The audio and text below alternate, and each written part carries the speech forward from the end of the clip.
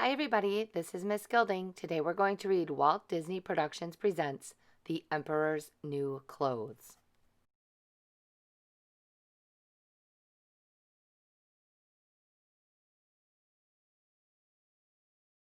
Once there was an emperor who loved to dress up in fine clothes. He cared more about clothes than anything else in the world.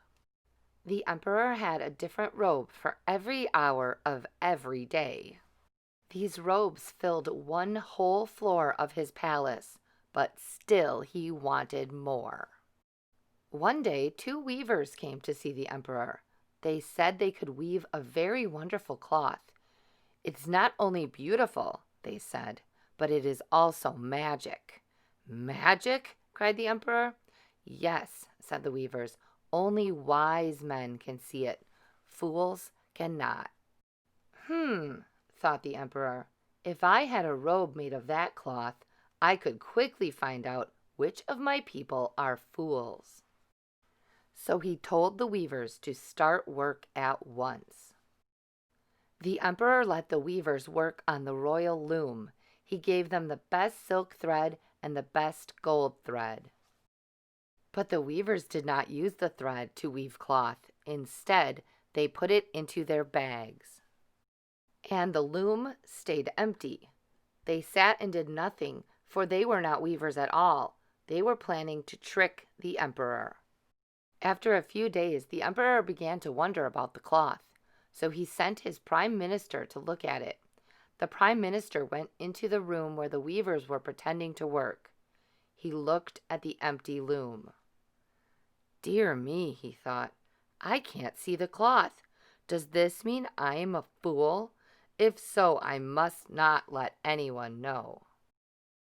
The weavers said to the prime minister, See how beautiful this cloth is? Oh, yes, said the prime minister, such fine work and so many colors. But the prime minister really did not see a thing, for there was nothing on the loom to see. The prime minister went back to the emperor. The cloth is beautiful, he said. It's the finest cloth I have ever seen. The emperor was pleased. After a few more days, the emperor sent his general to see the cloth. The general went into the room where the weavers were pretending to work. He looked at the empty loom. Dear me, he thought, I can't see the cloth. Does that mean I'm a fool? If so, I must not let anyone know. He went back to the emperor and said, The cloth is beautiful. It is the finest cloth I have ever seen. The emperor was pleased.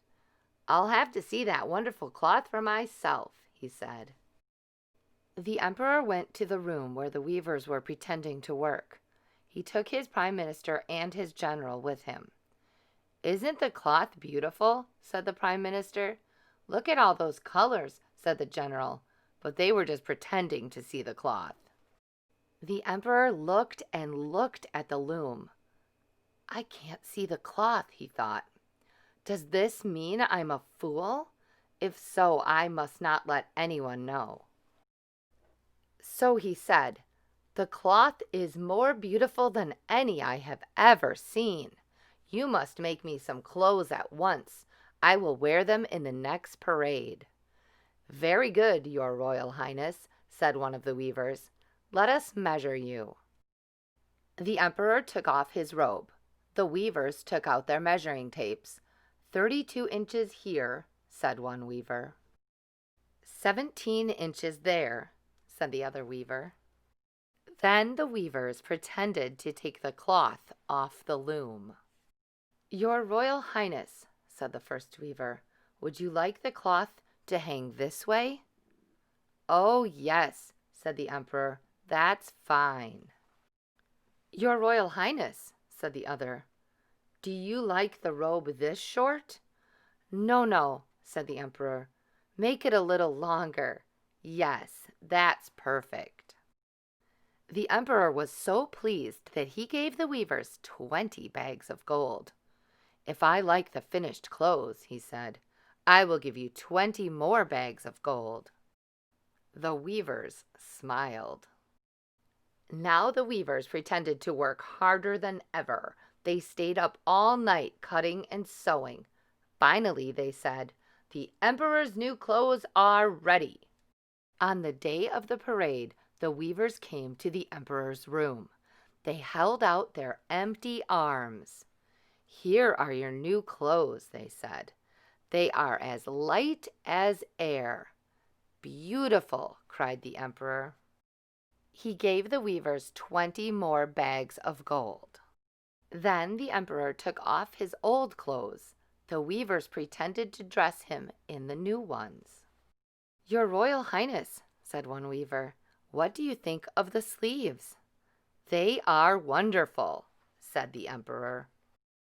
"Is it too tight around the waist?" asked the other weaver. "Oh no," said the emperor, "it feels fine." He walked back and forth in front of the mirror. "Yes," he said, "the clothes are a perfect fit." But the emperor really had nothing on except his underwear. The emperor's men bent down and pretended to lift his train. They held their hands high, carrying a train that was not there. And so the parade began. Crowds of people came to watch the parade. They all wanted to see the emperor and his new clothes. "People say the clothes are magic," said one man. "People say that fools cannot see the clothes," said a woman.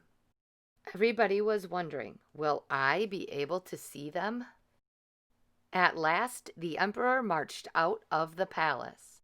All the people cried, "Oh, how beautiful the emperor's new clothes are! What pretty colors!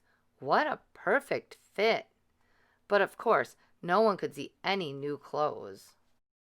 Just then, a little girl shouted, "But he hasn't got any clothes on!" "Did you hear that?" someone asked. "The child says he has no clothes on." "She's right! The emperor is in his underwear." "The emperor has no clothes on," the people began to shout. "He's wearing his underwear." The poor emperor heard them, and suddenly he knew that they were right. He was the fool. He had been tricked. But there was nothing he could do now, so he kept on marching. All the time he was thinking, "Just wait until I get my hands on those weavers." But it was too late. The weavers had already run off with the 40 bags of gold. They were no fools. Please remember to have your parents subscribe so you never miss a new story. And as always, I miss you, I love you, and I'll speak to you soon.